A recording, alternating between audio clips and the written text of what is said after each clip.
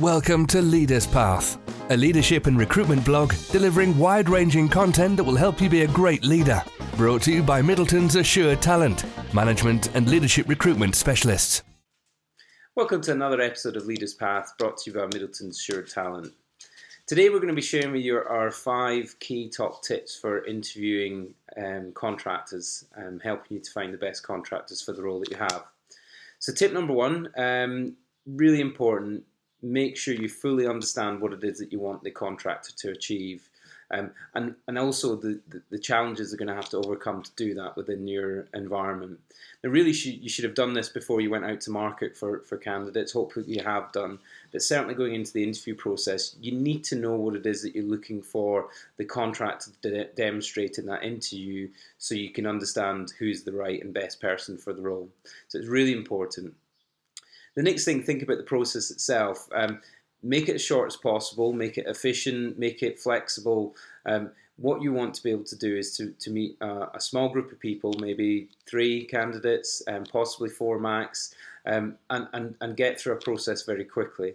And this is mainly because good contractors don't often stay on the market for very long. And really, however good your role or your business is, they're going to go with typically the first offer that they get. And they certainly won't wait out too long for an interview if they've got an offer in hand. They run a business, they've got to make sure their earnings are consistent, and that has a big influence on their decision making. Perhaps a little bit different from a permanent person who will be more concerned about the company, the role. With contract, it's about consistent revenue, consistent earnings for their business. The next thing is to have a consistent interview process across all the people you're meeting. So make sure you've got some kind of framework, we'll share you with ours at the end. Have some sort of framework where you're going to be measuring all the candidates against the same terms.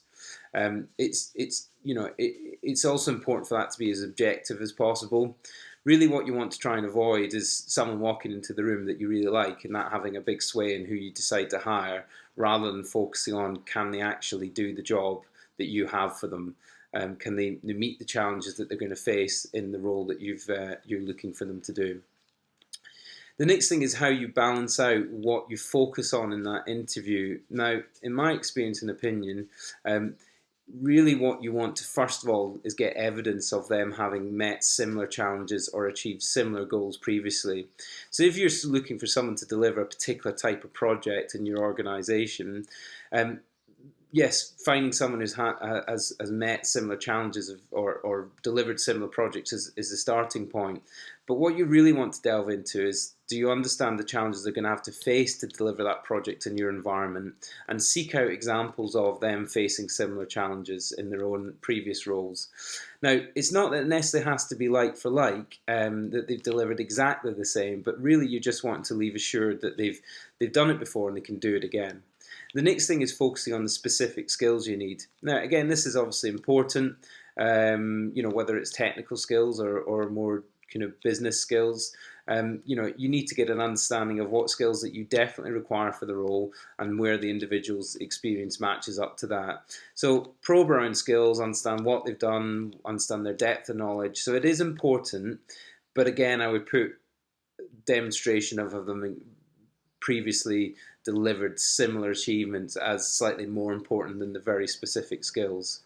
And then the third bit, and this is perhaps the kind of reverse of what it would be in a permanent hire, the third bit is really about team fit.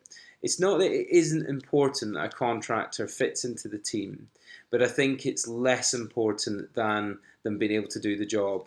A contractor is going to be in there for a finite period of time. Depending on the role, they're not necessarily going to be hugely integrated with the team.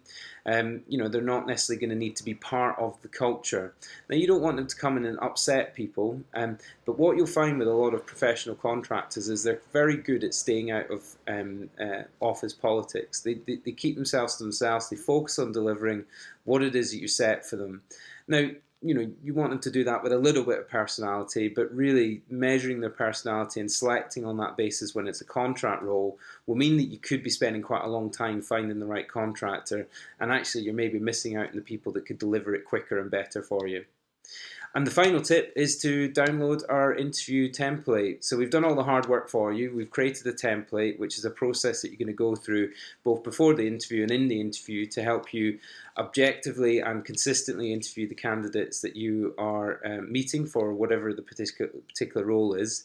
It has a system where you would have a score at the end, but there's also a gut feel element to it as well, but aim to really help you make better recruitment decisions. Thank you very much.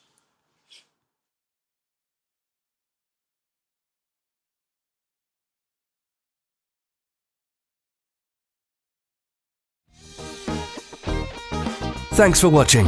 For more great content like this, follow us on YouTube.